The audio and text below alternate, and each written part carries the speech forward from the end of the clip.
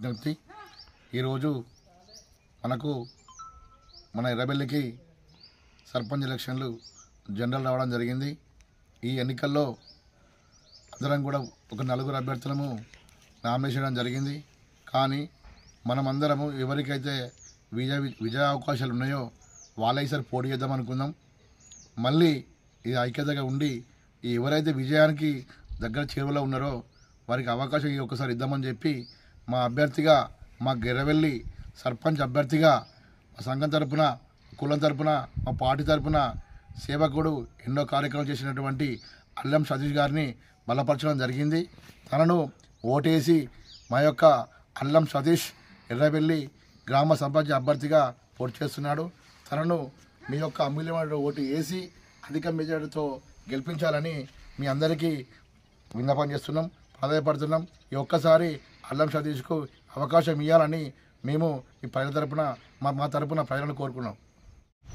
ఎర్రబెల్లి గ్రామ ప్రజలకు, యువకులకు, ఆడబిడ్డలకు ప్రతి ఒక్కరికి మా యూత్ తరపున నమస్కారం తెలియజేస్తూ, ఈరోజు వచ్చే సర్పంచ్ ఎలక్షన్లో కులాలకు అతీతంగా, పార్టీలకు అతీతంగా మా వంతు సహకారంగా గతంలో ఎర్రబెల్లిని ఎన్నడూ డెవలప్ చేయని విధంగా మా పాలకవర్గం పనిచేసింది. ఇలా బొడ్రాయి విషయంలో కానీ, రోడ్ల విషయంలో కానీ, ఎస్సీ కాలనీలా, ఎస్టీ కాలనీలా సంపూర్ణమైన రోడ్లు పోసి ఊరును అగ్రగామిలో ఉంచి కలెక్టర్ చేతుల మీద కూడా అవార్డు తీసుకోవడం జరిగింది. కాబట్టి మేము ఇక్కడ కొంతమంది కులాల మధ్యలో చిచ్చులు పెట్టి మాకు పంచాయతీ పెట్టే ప్రయత్నం చేస్తున్నారు. కాబట్టి గతంలో మాకు ఎన్నో పొరపచ్చాలు ఉండొచ్చు, కానీ మాది అనుబంధం. ఇప్పుడు కాకుండా ఇంకా 30 ఏళ్ళ వరకైనా మేమంతా కలిసి పనిచేస్తున్నాం. కాబట్టి మా వంతుగా విజ్ఞప్తి చేసుకున్నది ఏంటంటే, ఎవరైనా యువకుల్ని బయట తీసుకొచ్చే ప్రయత్నం చేద్దాం. కాబట్టి ఇలా మా అభ్యర్థి అల్లం సతీష్ గారిని మీరందరూ భారీ మేరతో గెలిపించాలని మనస్ఫూర్తిగా విజ్ఞప్తి చేస్తున్నాం. ఎర్రబెల్లి గ్రామ ప్రజలకు నమస్కారం. నేను మీ సర్పంచ్ అభ్యర్థి అల్లం సతీష్ను మాట్లాడుతూ ఉన్నా. అయితే నా గురించి 10 సంవత్సరాల నుంచి గ్రామ ప్రజలందరూ చూస్తూ ఉన్నారు. యూత్ అధ్యక్షునిగా ఉన్నప్పటి నుంచి నేను గ్రామంలో చేపట్టినటువంటి కార్యక్రమాలు చూసి స్వచ్ఛ సేవా కార్యక్రమాలు చూసినారు.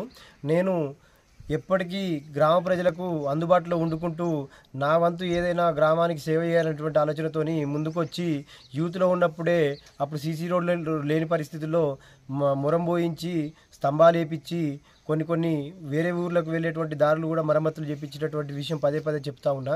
అయితే పదే చెప్పడానికి కూడా కారణం ఏంటంటే, చేసింది చెప్పుకుంటున్నా గ్రామ ప్రజలు. ఎందుకంటే 10 సంవత్సరాలు 8 సంవత్సరాలు గడిచిపోయింది కాబట్టి మరీ ఒకసారి గ్రామ ప్రజలు ఏమైనా మర్చిపోయేది ఉంటే ఆ గుర్తు తెచ్చుకోవాలనేటువంటి ఆలోచనతోనే ఈ ప్రతిసారి చెప్పడం జరుగుతుంది.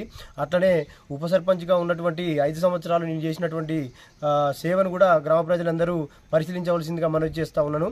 అట్లనే నేను ఉప సర్పంచ్ అయిన కొత్తలో రాజ్కుమార్ అన్న కొంచెం కాలు ఫ్రాక్చర్ అయ్యి ఇంట్లో రెస్ట్ తీసుకునేటువంటి సందర్భంలో కూడా భుజాల మీద బరువు ఎత్తుకొని గ్రామంలో అన్ని గ్రామ ప్రజలకు అందుబాటులో ఉండుకుంటూ ఉప సర్పంచ్గా సేవలు అందించినటువంటి సందర్భం మీరందరూ చూసినారు. ముఖ్యంగా కరోనా టైంలో ఏం జరిగిందనేటువంటి విషయం అందరూ చూసినారు. తండలో కంటైన్మెంట్ జోన్ పడింది. కంటైన్మెంట్ జోన్ పడినప్పుడు గ్రామానికి బయట వాళ్ళు వచ్చే పరిస్థితి లేరు, బయట నుంచి మన వాళ్ళు బయటికి పోయే పరిస్థితి లేదు.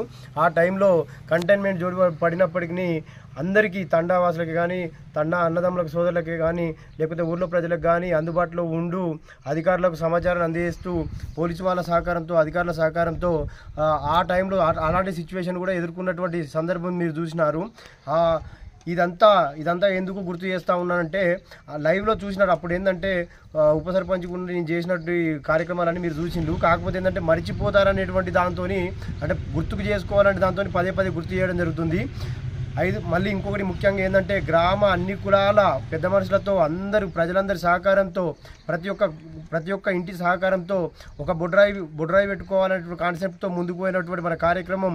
బొడ్రాయి తర్వాత పోషమ్మ తల్లి గుడి తర్వాత దుర్గమ్మ గుడి తల్లి గుడి, తర్వాత బీరన్న గుడి కూడా 4 గుళ్ళు ఒకటేసారి కట్టుకున్నటువంటి సందర్భం గ్రామ ప్రజలందరూ చూసినారు. అంటే పైసలు నాయి కానప్పటికీ నేను ఒక పని మనిషి లెక్క, సేవకుని లెక్క పనిచేసినటువంటి సందర్భం గ్రామ ప్రజలందరూ చూసినారు. ముఖ్యంగా ఇప్పుడున్నటువంటి ఈ సర్పంచ్ ఎన్నికల్లో నాకు అవకాశం ఇచ్చి గ్రామ ప్రజలందరూ ఆశీర్వదించి నన్ను సర్పంచ్గా గెలిపిస్తే గ్రామంలో ఇంకా ఎక్కడ ఏవే పని చేయాలంటే పూర్తి అవగాహనతో నేనున్నా. కంపల్సరీ పని చేసినటువంటి సందర్భం మీరు చూసిండ్రు. ఈసారి నన్ను ఆశీర్వదించి సర్పంచ్గా గెలిపించండి, పని చేస్తా అని చెప్పి ఈ సందర్భంగా సద్వినయంగా ప్రజలకు తెలియజేస్తా ఉన్నా.